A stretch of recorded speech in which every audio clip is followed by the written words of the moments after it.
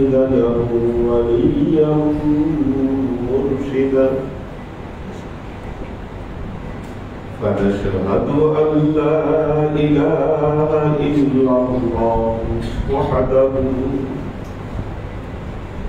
لا شريك له ونشهد أن سيدنا وسندنا ونبينا محمدا صلى الله عليه وسلم الذي أرسله الله بالحق بشيرا ونذيرا وداعيا إلى الله بإذنه وسراجا منيرا وقال الله تعالى في كلامه المجيد وفرقانه الحميد ما كان محمد أبا أحد من رجالكم ولكن رسول الله وخاتم النبيين وكان الله بكل شيء عليما إن الله وملائكته يصلون على النبي يا أيها الذين آمنوا صلوا عليه وسلموا تسليما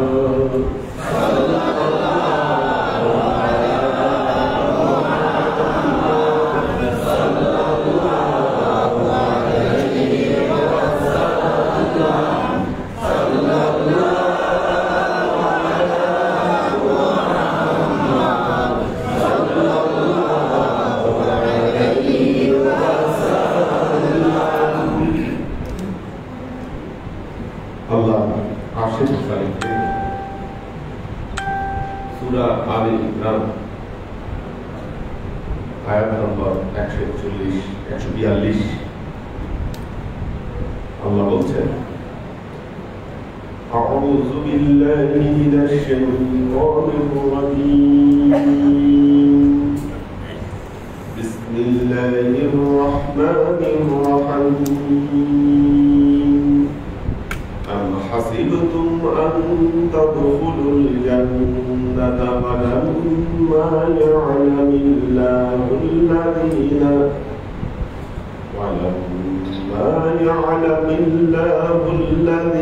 جاهدوا منكم ويعلم الصابرين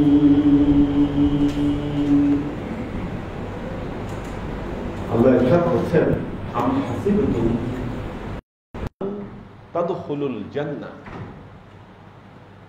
তোমরা ধারণা করতেছো তোমরা জান্নাতে প্রবেশ করবা তোমরা ধারণা করতেছো আম হাসিবতুম ধারণা ধারণা মানেই দুর্বল কিছু বিশ্বাস মানে শক্তিশালী কিছু ধারণা শব্দটাই দুর্বল আল্লাহ বলতেছে তোমরা ধারণা করতেছো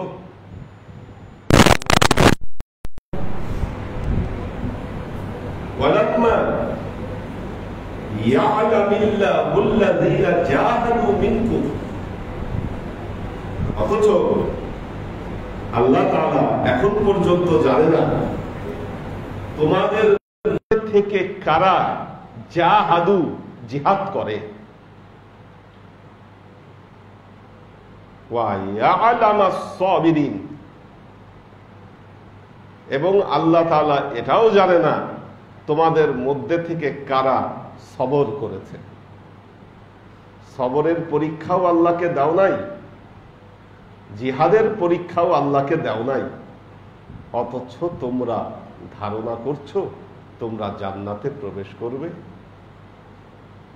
তার মানে বোঝা গেল জান্নাতে প্রবেশ করবার জন্য দুটো পরীক্ষা আল্লাহর দরবারে দিতে হবে একটি হচ্ছে জিহাদ একটি হলো সবর।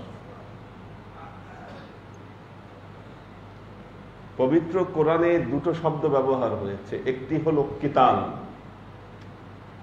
কুতিবা আলাইকুমুল কিতাল। কিতাল শব্দের অর্থ হলো যুদ্ধ, দিনের প্রয়োজনে যুদ্ধ করা। ইসরায়েল আক্রমণ করেছে আমেরিকার উপর, মুসলিম দেশগুলোর উপর আক্রমণ চালাচ্ছে, এদের বিরুদ্ধে কিতাল, যুদ্ধ আমাদের জন্য ওয়াজিব। এটাকে বলা হয় কিতাল। জিহাদ শব্দটা ভিন্ন, জিহাদ শব্দটা ভিন্ন।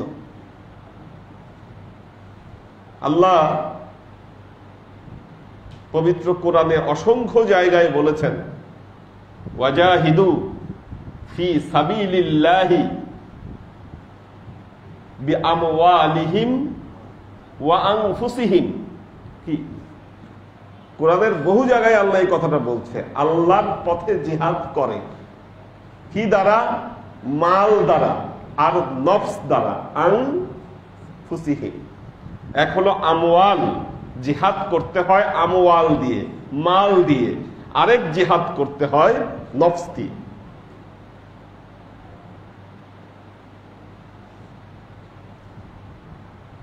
ইন্নাল্লাহ হাশতারা মিনাল মুমিনিনা আনফুসাহুম ওয়া আমওয়ালাহুম বিআন্না লাহুমুল জান্নাহ। আল্লাহ মুমিনের সাথে কেনা বেচা করতে চান, আল্লাহ মুমিনকে জান্নাত দিয়ে দিতে চান। এই জান্নাতের বিনিময়ে দুইটা জিনিস চান, একটা হলো মাল, একটা হলো নফস। তার মানে বোঝা গেল এক সূত্রে গাথা। সমন্বয়টা কোথায়? সমন্বয়টা কোথায়? প্রথমেই কি লাইট বেশি হয়ে গেল না? একটু কমায় দাও, এটা বিরক্ত লাগছে অনেকেরই।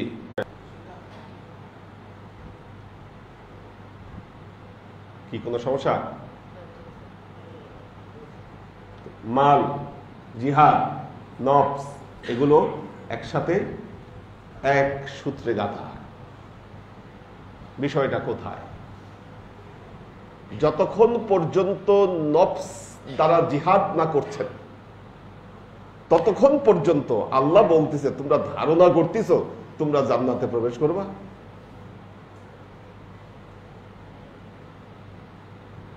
যতক্ষণ পর্যন্ত একজন সবরকারী হিসাবে আল্লাহর দরবারে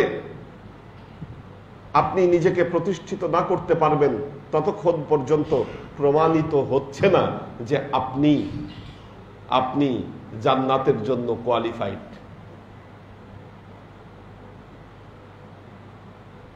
আল্লাহর আশেক ও সালেক বৃন্দ, পবিত্র কোরআনে 3 ধরনের নফসের কথা বলা হয়েছে। কি আজকে জুম্মার খুতবায় আমরা আলোচনা করেছি। কয় ধরনের নফস? 3 ধরনের। এক হলো নফসে আম্মারা, নফসে লাওয়ামা, নফসে মুতমাইন্না। এই 3 প্রকার নফস আপনার ভেতরেই অবস্থান করছে।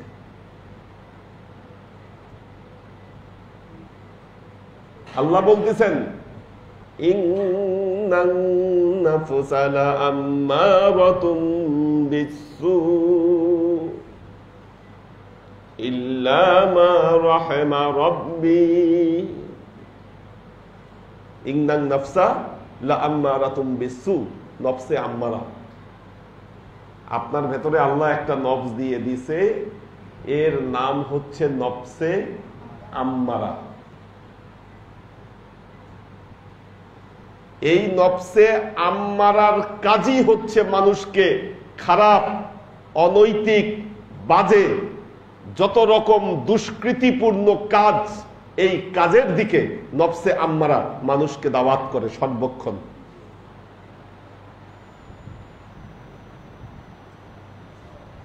কথাটা বুঝছেন কিনা?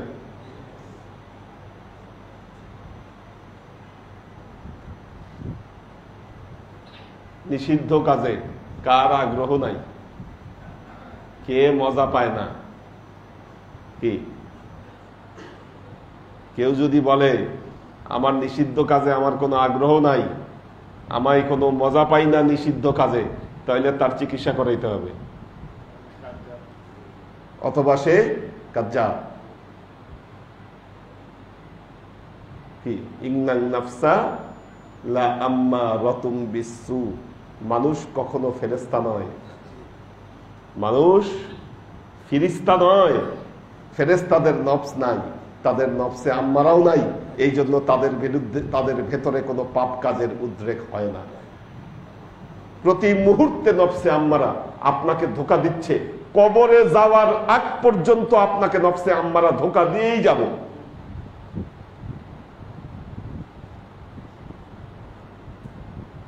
ইচ এন্ড এভরি ওয়ান, প্রত্যেককে কবরে ঢুকার আগ পর্যন্ত আপনাকে নফসে আম্মারা ধোঁকা দিয়েই যাবে। তাহলে উপায়,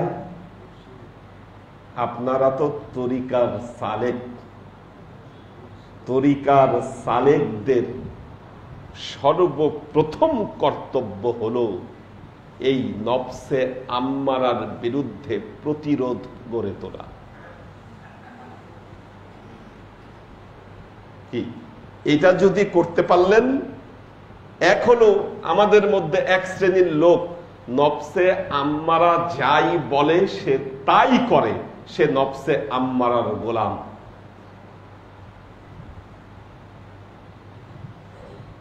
সে কি নফসে আম্মারার গোলাম। যারা নফসে আম্মারার গোলামি করছেন, মনে রাখবে জাহান্নাম তাদের জন্য নিশ্চিত। জাহান্নামা খালিদিনা ফিহা, আল্লাহ কোরআনে এটা বলেই দিয়েছে।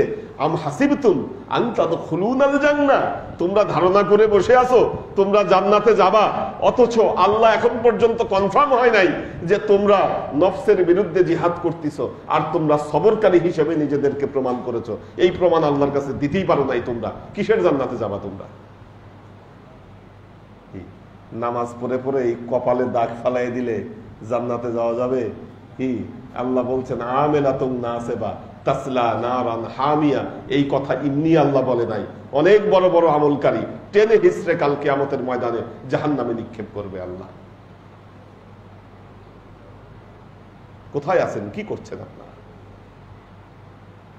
মুজাহিদ, দিনের মুজাহিদ হতে গেলে আল্লাহর নবীর কথা, আকবরুল জিহাদ আল জিহাদু মা নফসিহি, সবচাইতে বড় জিহাদ হলো নিজের নফসের বিরুদ্ধে জিহাদ। কোন সেই নফসের বিরুদ্ধে জিহাদ? সেটা হলো নফসে আম্মারার বিরুদ্ধে জিহাদ।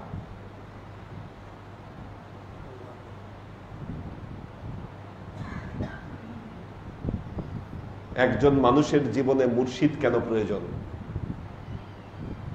কেন মুর্শিদ প্রয়োজন? মুর্শিদ প্রয়োজন নফসে আম্মারার বিরুদ্ধে জিহাদ করবার জন্য।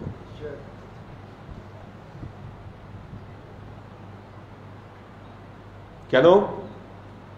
সামি'না ওয়া আতা'না গুফরানাকা রব্বানা ওয়া ইলাইকাল মাসির, শুনবো এবং মানবো। যখন আপনি আপনার মুর্শিদের আদেশ মেনে চলবেন, তার মানে মুর্শিদের আদেশকে ইত্তেবা করা মানে নফসে আম্মারার ইত্তেবা করা নয়। আপনি প্রমাণিত হচ্ছে যে আপনি নফসে আম্মারার ইত্তেবা থেকে বের হয়ে আসছেন। কি আল্লাহ যদি প্রশ্ন করে এই কাজ কেন করেছো, বলবেন আমার মুর্শিদের আদেশে করছি। তার মানে আপনি আপনার নফসে আম্মারার আদেশে করেন নাই।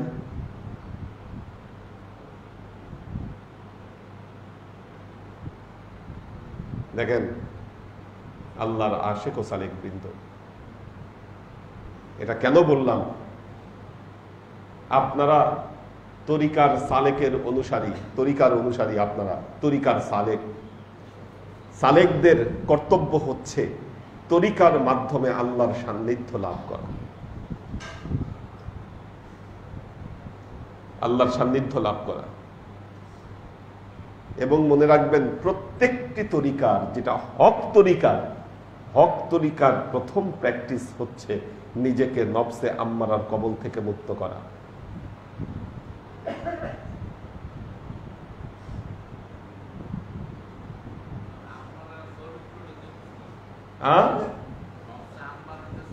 হ্যাঁ, নফসে যত খারাপ, যত শরীয়ত বিরোধী কাজ, আইন বিরোধী কাজ, অর্থাৎ নফসে আম্মারাটা আল্লাহ আপনার ভেতরে সৃষ্টির শুরু থেকে এমন ভাবে আল্লাহ ঢুকিয়ে দিয়েছে আপনার মধ্যে। আল্লাহ বলতেছেন ফাআলহামাহা ফুজুরাহা ওয়া তাকওয়াহা। আল্লাহ বলতেছে ফাআলহামাহা ফুজুরাহা ওয়া তাকওয়াহা, আমি তার ভেতরে ফুজুর ঢুকাইয়া দিছি, তাকওয়া ঢুকাইয়া দিছি। ফুজুর হলো নফসে আম্মারা, তাকওয়া হলো নফসে মুতমাইন্না, মাঝখানে পড়ে গেছে লাওয়ামা। আপনার জীবনের যত পাপ, যত গর্হিত কাজ আপনি করেছেন, পাপ করতে কিন্তু মানুষের খারাপ লাগে না, মজা লাগে। পাপ জিনিসটা মজা। কি, যত পাপ তত মজা। পাপ করতে খারাপ লাগে না, মজা লাগে। কিন্তু হ্যাঁ, পাপ করার পর যদি অনুশোচনা আসে তাহলে বোঝা যাবে লাওয়ামা কাজ করতেছে। কি, আবার কারো কারো আছে অনুশোচনাও লাগে না, সে পাপের সাগরে ঘুরে বেড়াচ্ছে, ভাল লাগতেছে, করতেছে। নফসে আম্মারা বোঝার সহজ কাজ হলো, যা করতে আপনার মনে ভালো লাগে, আনন্দ লাগে, মনে রাখবেন ওইটাই নফসে আম্মারা। যা করতে আপনি মজা পান, আপনার ভালো লাগে, ওটাই নফসে আম্মারা। সিম্পল সংজ্ঞা। বরফির আব্দুল কাদের জিলানী রহমতুল্লাহ আলাই, তিনি 40 দিন কৃচ্ছতা সাধনা করেছেন। ওনাদের সাধনার আলাদা পদ্ধতি ছিল। 40 দিন একাধারে, হয়তো ভারী খাবার গ্রহণ করতেন না, শুধু পানীয় গ্রহণ করতেন, লিকুইড গ্রহণ করতেন।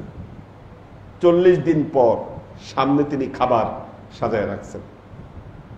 এই খাবারটা খাওয়া তো ওনার জন্য হালাল, কি হারাম না তো, সিম্পল খাবার উনি সামনে সাজায় রাখছেন। ওনার নফস কি, খাবারের প্রতি কি আগ্রহ। ওই মুহূর্তে তিনি বলছেন যে নফস দেখ, আমি তোকে কিভাবে কন্ট্রোল করছি।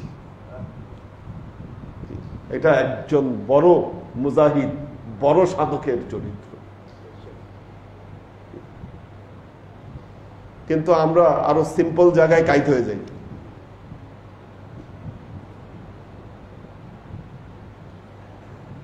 কাজেই আপনার জীবনে আজ পর্যন্ত যত পাপ, যত গর্হিত কাজ, যত শরীয়ত বিরোধী কর্মকাণ্ড যা কিছু সংগঠিত হয়েছে, সবকিছুর পেছনে দায়ী হলো নফসে আম্মারা। এবং এই নফসে আম্মারা আপনাকে কবরে ঢোকার আগ পর্যন্ত আপনাকে এই অসওয়াসা দিতেই থাকবে এবং দিতেই থাকবে। আর নফসে আম্মারার ইত্তেবা করতে করতে যদি আপনার মৃত্যু হয়ে যায়, তাহলে শয়তান কামিয়াব, আপনার জাহান্নাম নিশ্চিত। বাঁচার উপায়, আম হাসিবতুম আন তাদখুলুল জান্নাতা ওয়ালাম্মা ইয়ালামিল্লাহুল্লাযীনা জাহাদু মিনকুম। বাঁচতে হলে, বেঁচে থাকতেই নফসে আম্মারার বিরুদ্ধে জিহাদ গড়ে তুলতে হবে আপনাকে।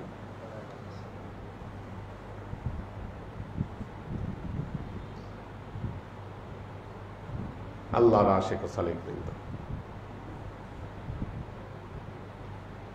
প্রতিটা দরবার একটি পবিত্র জায়গা, পবিত্র জায়গা, যেখানে মানুষ আসেই নফসের বিরুদ্ধে জিহাদ করবার জন্য। কিন্তু আমাদের মনে হচ্ছে এই জায়গাটায় একটা বড় গ্যাপ তৈরি হয়েছে। আমরা এখানে আসি, যে যার মতো যা খুশি আমরা তাই করছি। কি, আমরা যা খুশি তাই করছি। এটা যে একটা সাধনার জায়গা আমরা সেটা ভুলে গেছি, এবং সাধনার জায়গায় সাধকদের যে চরিত্র হওয়া দরকার এই চরিত্র আমরা ধারণ করতে পারছি না। এই জায়গাগুলো আমাদের ঠিক করতে হবে।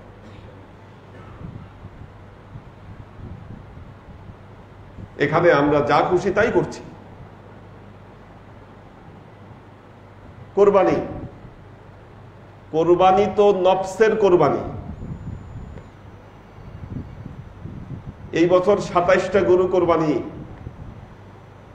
করেছে এইখানে। আমার প্রশ্ন হলো 27টা গরু কোরবানি করার দরকারটা কি আমাদের এইখানে? কি লাভ বলেন আমাকে, আপনি লাভ বুঝান কি? এখানে গরু সাজায় রাখছেন, মানুষ হেঁটে গেছে দেখছে আর বলছে লালকুটি দরবারে এতগুলা গরু কোরবানি হয়েছে, মাশাআল্লাহ। আমার ফ্রিজে এখনো গোস্ত রয়ে গেছে। গোস্ত জমায় রেখে আমার লাভ না আমার লস? কারেন্ট খরচ হচ্ছে ফ্রিজে, কি গোস্ত শেষ হয়ে গেলে কারেন্ট বন্ধ হইলে আমার লাভ।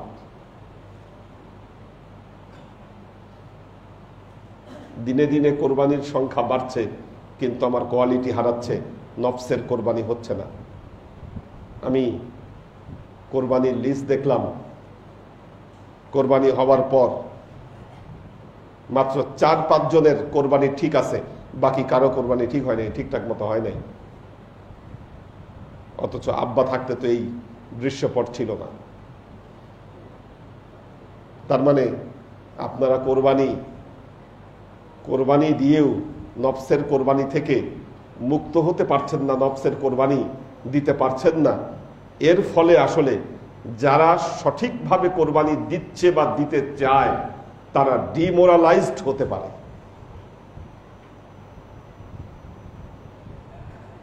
কি ওনারা ডিমোরালাইজড হবে আপনাদের জন্য। যিনি 120 কেজি গোস্ত দিলেন, 80 কেজি গোস্ত এখানে রেখে গেলেন, 60 কেজি রাখলেন, দেখা গেছে এখানে কোরবানি দিয়ে কারো কারো কোরবানির 7 কেজি গোস্ত রেখে গেছে। কোরবানি দিয়ে 7 কেজি 4 কেজি গোস্ত ওইখানে কোরবানি করতে আসছে কেন? আমার কোশ্চেন হলো এখানে কেন আসছেন কোরবানি করতে? ওয়াই, কেন এগুলো হচ্ছে প্রতি বছর? আমি তো কিছু বুঝলাম না। তার মানে এই জায়গায় বড় একটা গ্যাপ তৈরি হয়েছে। এখানে আমাদের এই জায়গাটা অবশ্যই সংশোধন করতে হবে। আমার এত গরু দরকার নাই। যারা তাদের নফসের কোরবানি দিতে পারবে তারাই এখানে কোরবানি করবে, বাকিদের এই জায়গায় কোরবানি করার দরকার নাই। আমি এই কথাটা এবারও বলেছি, গতবারও বলেছি, তারপর প্রতি বছর যা হওয়ার তাই হচ্ছে। কেন? এটার এখান থেকে বের হওয়ার আসলে কি উপায়? আমাদের উপায় খুঁজতে হবে এখন।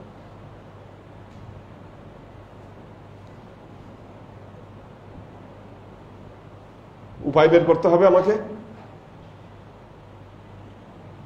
কারণ এই কোরবানি তো আমার দরকার নেই।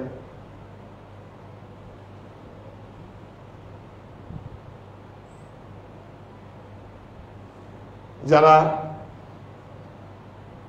এবার কোরবানিতে শরীক ছিলেন না, প্রথমত হচ্ছে এটা যেটা করতে হবে, যাদের মধ্যে ত্রুটি বিচ্যুতি পেয়েছি তাদেরকে চিঠি দিতে হবে। এবার এটা হলো সিস্টেম। যাদের কোরবানি ত্রুটিযুক্ত মনে হয়েছে তাদেরকে চিঠি দিবেন। চিঠি রেডি করার জন্য আমাদের ইব্রাহিম ভাই, মানি আর কারে দেওয়া যায় ছিল না যে কোরবানির কার্যক্রমের মধ্যে, এমন একজনকে দায়িত্ব দেন। এনারা লিস্টটা যাচাই করবেন, তাদেরকে চিঠি দিবেন। এবং সামনের বছর কি করা যায় আসলে,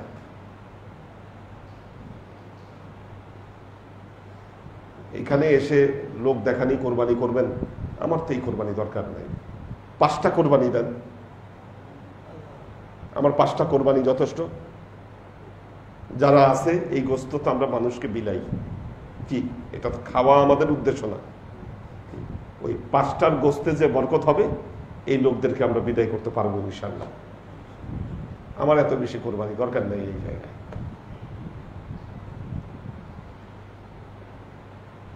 এটা সিস্টেম কি হতে পারে? আমরা এই বিষয়গুলো আমরা ডিটেইল আমরা বসে একটা প্ল্যানিং করতে পারি। তো এটা না হলে আমাদের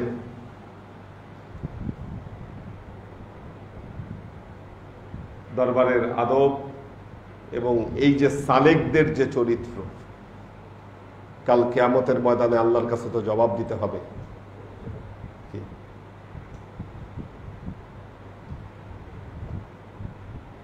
ইয়াংরা ক্লাসে আসে, বাইরে আড্ডা মারে, ঘুরে বেড়ায়, কি দরবারে তাদের কোনো সংযোগ নাই, ক্লাস নাই, কিচ্ছু নাই। যখন শুরু হবে ক্লাস তখন এসে, এরা যদি ঠিকঠাক মতো আগে থেকেই যদি ক্লাসে যুক্ত থাকতো তাহলে কিন্তু খতমও ঠিক মতো উঠতো, ক্লাসও টাইম মতো শুরু হতো, শেষ হতো। সবকিছুর মধ্যে একটা ফেলা ফেলা ভাব। মেয়েদেরকে তো বলেছি, মেয়েদের তো ওখানে কোনো শৃঙ্খলা নাই, এদেরকে সরাসরি আমরা কন্ট্রোলও করতে পারি না। ওখানেও বাজার, যে যার মতো, ওখানেও আমরা নিয়ম করে দিব। মেয়েদেরকে বলেছি মেয়েদেরকে কার্ড নিয়ে ঢুকতে হবে, কার্ড আস্তে আস্তে মেয়েদেরকে করে আমরা ছেলেদের দিকে আসবো। ছেলেদের হাজিরা খাতাগুলো অ্যাক্টিভ করেন, ঠিক আছে? হাজিরা খাতাগুলো অ্যাক্টিভ করেন। আমাদের সালেক দরকার, মুজাহিদ তৈরি করা দরকার, যারা আল্লাহর দরবারে দাঁড়াতে পারবে। ইমানের মূল বিষয়বস্তু হলো পরকাল, মনে রাখবেন।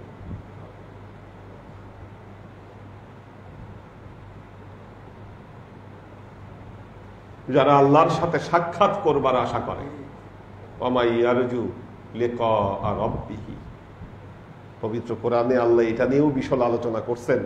যারা আল্লাহর দেখা চায়, ইয়ারজু লিকা রাব্বিহি ওমান লাম ইয়ারজু লিকা রাব্বিহি, এই দুইয়ের মধ্যে আলোচনা আল্লাহ করেছে। যারা আল্লাহর দেখা চায় না, আল্লাহর দেখা চায় না মানে যাদের এটার আগ্রহী নাই আল্লাহর সাথে তার দেখা হবে, এই বিশ্বাস তার মধ্যে নাই। তার মানে ইমানের একটা গুরুত্বপূর্ণ বিশ্বাস হলো কাল কিয়ামতে আপনি আল্লাহর দরবারে দেখা করছেন। হ্যাঁ, জান্নাত তো একটা সিম্পল ব্যাপার, একটা আবাসস্থল, কিন্তু মূল ফ্যাক্ট হলো ইয়ারজু লিকা রাব্বিহি, আল্লাহর সাথে তার দেখা হওয়া। এটা নিয়ে বিশাল আলোচনা আছে পবিত্র কোরআনে, এটা নিয়ে একদিন আলোচনা করব। কেন আল্লাহর সাথে দেখা হইতে হবে আমার, এটা গুরুত্বপূর্ণ ফ্যাক্ট ইমানের।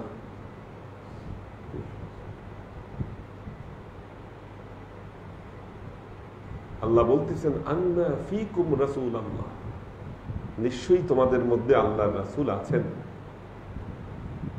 লাউ ইউতিউকুম কাসীরাম মিনাল আমরি লাআনিতুম, হ্যাঁ তোমাদের মধ্যে রাসূল আছে। সাহাবীরা চেষ্টা করত ওই যে নিজেদের ইচ্ছা মতো নবীকে চালাইতে, নিজের মত চাপাই দেওয়ার চেষ্টা করতো নবীর উপর। আল্লাহ বলতেছে আন্না ফীকুম রাসূলুল্লাহ, তোমাদের মধ্যে রাসূল আছে। যদি তোমরা রাসূলকে তোমাদের মনের মতো চালাইতে চাও, লাআনিতুম, তোমরা ধ্বংসপ্রাপ্ত হবা। ওয়ালাকিন্নাল্লাহা হাব্বাবা ইলাইকুমুল ঈমান ওয়া যায়্যানাহু ফী কুলুবিকুম।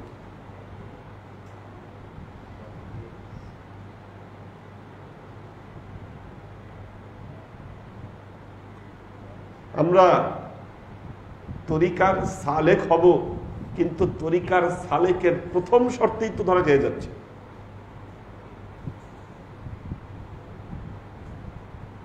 প্রথম শর্তেই ধরা খেয়ে যাচ্ছে।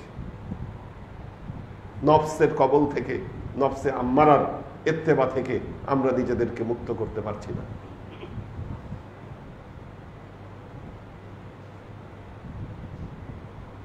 কাজী আল্লাহর আশেক ও সালেক বৃন্দ, আর শুক্রবারে মেয়েদের খাবার ব্যাপারে একটু কড়াকড়ি করছি, মিসকিনদের খাওয়া বন্ধ করা যাবে না, এটা চালু রাখতে হবে। আরেকটা বিষয়, এখানে আরেকটা বিষয়, এটা একটা গুরুত্বপূর্ণ ফ্যাক্ট, দরবারগুলোতে ভলেন্টিয়ার সার্ভিস মুখ্য বিষয়।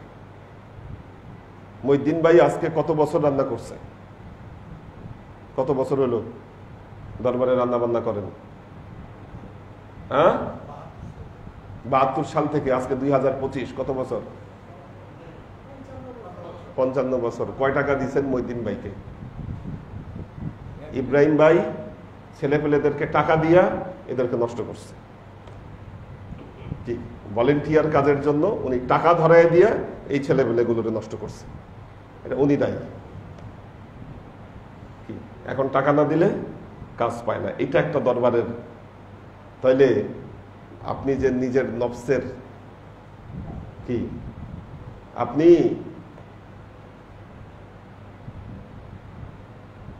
আটরশি দরবারের বদনাম করেন, ওখানে গিয়ে দেখেন ডাক্তার ইঞ্জিনিয়ার যারা আছে সবাই কোমরের মধ্যে গামছা বেঁধে ওই হাজার হাজার চুলায় রান্না করতেছে, ওখানে লাকড়ি ভাঙতিছে, কে কয়টা টাকা নিছে, ইট ভাঙতিছে।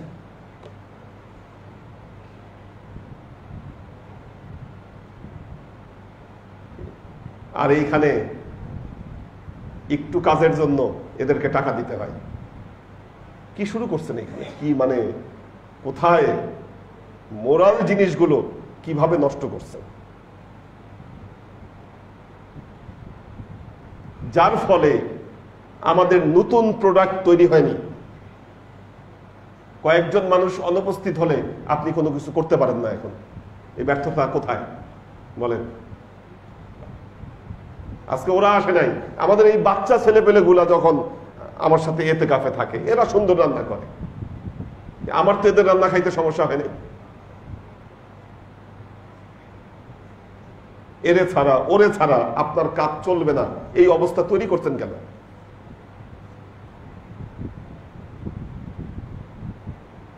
জেনারেশন গ্যাপে আমলের পার্থক্য কতটা তৈরি করছেন? আমরা তো মনে করি যে না, এটা করতে পারলে অনেক ভালো হইলো, উপকার হলো। কি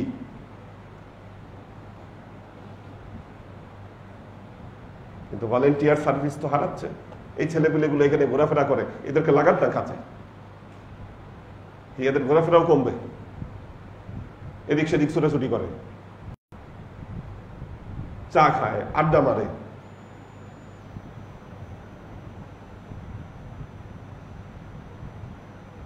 আর আস্তে আস্তে আমরা অলস জেনারেশন তৈরি করতেছি। মেয়েদের পর্দার ব্যাপারে বলেছি, মেয়েদের পর্দার ব্যাপারে সতর্ক হতে হবে। এই পর্দাশীলতার ব্যাপারেও আমাদের একটা গ্যাপ তৈরি হচ্ছে। খাবার দাবার দেওয়ার ওসিলায় মেয়েরা নিচে নেমে আসে, ছেলেরা উপরে যায়। কি এই সিস্টেম বন্ধ করেন, টোটালি বন্ধ করেন। যারা নিয়ম ভাঙবে তাদেরকে শাস্তির আওতায় আনেন।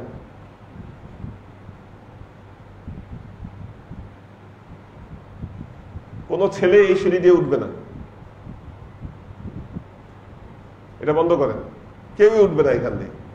খাবার পৌঁছাইতে হলে মুরব্বী 2-1 জন আছে, তাদেরকে পাঠাবেন।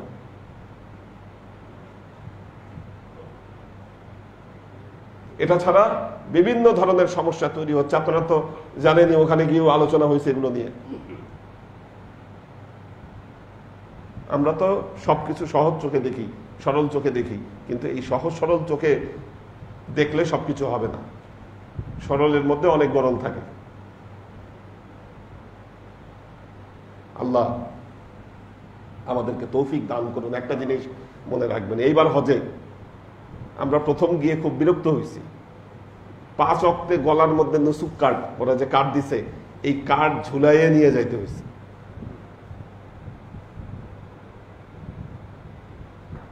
এটা ছাড়া কাউকে ঢুকতেই দেয় না বাইতুল্লাহতে। কিন্তু এই সিস্টেমগুলো করার ফলে যেটা হয়েছে, পরবর্তীতে কিন্তু আমরা এটার সুফল ভোগ করেছি। আমরা বুঝতে পারছি যে না, এই কাজগুলো আমাদের সুবিধার জন্য করেছে।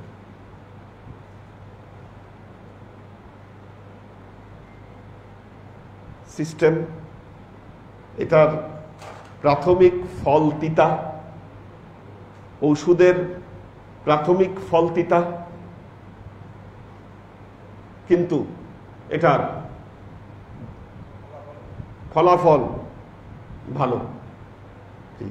রান্না বান্নায় মনে হয় রান্নাঘরে একটা সমস্যা, এটা একদম গ্যাস চেম্বার হয়ে থাকে। কেমনে কি এই রান্নাঘরে সংস্কার করেন, এটা সংস্কার করেন, এটা এইরকম হয় কেন?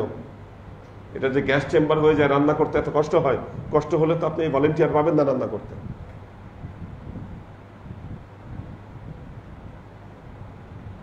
তো আল্লাহর আশেক ও সালেক বৃন্দ, আল্লাহকে প্রমাণ দিতে হবে আমাদেরকে যে এখানে একটা সিস্টেম আছে, নিয়ম আছে।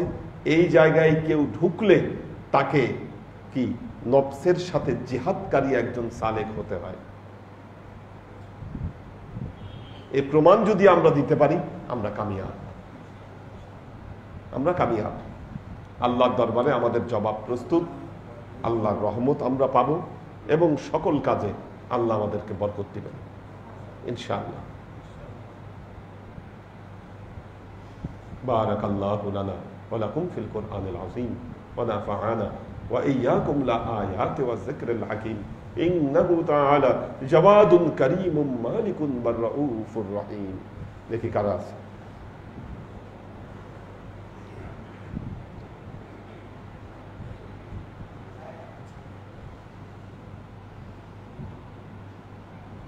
শোয়েব খান, শিলার মা, কোরবান আলী, একে আজাদ, কামরুল আনাম, মাহফুজুল হক উজ্জ্বল, আমরিন শরীফ, আরিফা শেখ, শাফায়েতুল্লাহ রঞ্জন, ওয়াসিফ আহমেদ জনি, সুলতান আইদিন, কানিস ফাতেমা খানম মিলি, কবির হোসেন, আব্দুর রাজ্জাক, শায়লা ইলিয়াস, মাসুদ কবির, মোহাম্মদ হৃদয় সরকার, সহিফা বিনতে আমির, নাদিয়া সুলতানা শিলা, শাহরিয়ার খান Sajid, Abdul Salam Azad, H M Milton, Antara Ahmed, Abdur Rahim Himel, Zarina Habiba Rasi, Mir Mohammad Ibrahim, Mohammad Miraj Hasan, Snigdha Rahi, Hasnat Jamil Mohammadi, H M Milton, Mohammad Siam Hossain, Mohammad Shamsuddoha, Mohammad Aladin Sheikh. Allah সবাইকে ভালো রাখুন, সুস্থ রাখুন। আল্লাহুম্মা আমিন। আল্লাহুম্মা সাল্লি আলা মুহাম্মাদ ওয়া আলা আলি মুহাম্মাদ কামা সাল্লাইতা আলা ইব্রাহিম ওয়া আলা আলি ইব্রাহিম ইন্নাকা হামিদুম মাজিদ। আল্লাহুম্মা বারিক আলা মুহাম্মাদ ওয়া আলা আলি মুহাম্মাদ কামা বারাকতা আলা ইব্রাহিম ওয়া আলা আলি ইব্রাহিম ইন্নাকা হামিদুম মাজিদ। রব্বানা ظلمنا أنفسنا وإن لم تغفر لنا وترحمنا لنكونن من الخاسرين. ربنا آتنا في الدنيا حسنة وفي الآخرة حسنة وقنا عذاب النار. ربنا لا تزغ قلوبنا بعد إذ هديتنا وهب لنا من لدنك رحمة إنك أنت الوهاب. اللهم إنك عفو تحب العفو فاعف عني يا غفور رحيم الودود. اللهم نور قلوبنا بنور الإيمان ونور قلوبنا بنور الإسلام ونور قلوبنا بنور الإحسان وزين أخلاقنا بنور محمد صلى الله عليه وسلم.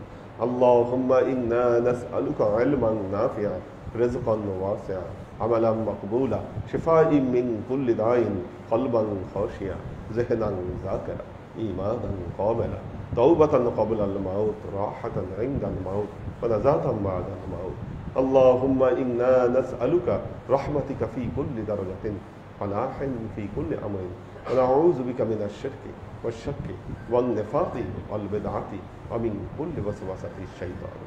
يا الله يا رحمن يا مالك, আমরা এতক্ষণ তোমার দরবারে যে সমস্ত আমলকে উপস্থাপন করলাম, ত্রুটি মুক্তভাবে আমলগুলোকে কবুল করে নাও।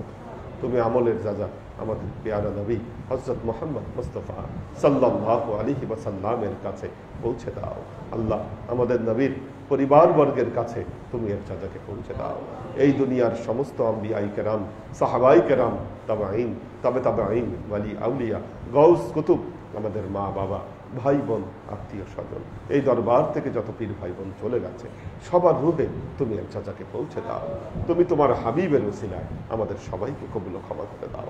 আমাদের জীবন থেকে সমস্ত অভাব, অভিযোগ, বালা, মুসিবত, দুঃখ, কষ্ট, রোগ শোককে দূরভূত করে দিয়ে দৃঢ় হস্তে তোমার দ্বীনের খেদমতের তৌফিক তুমি আমাদেরকে দাও।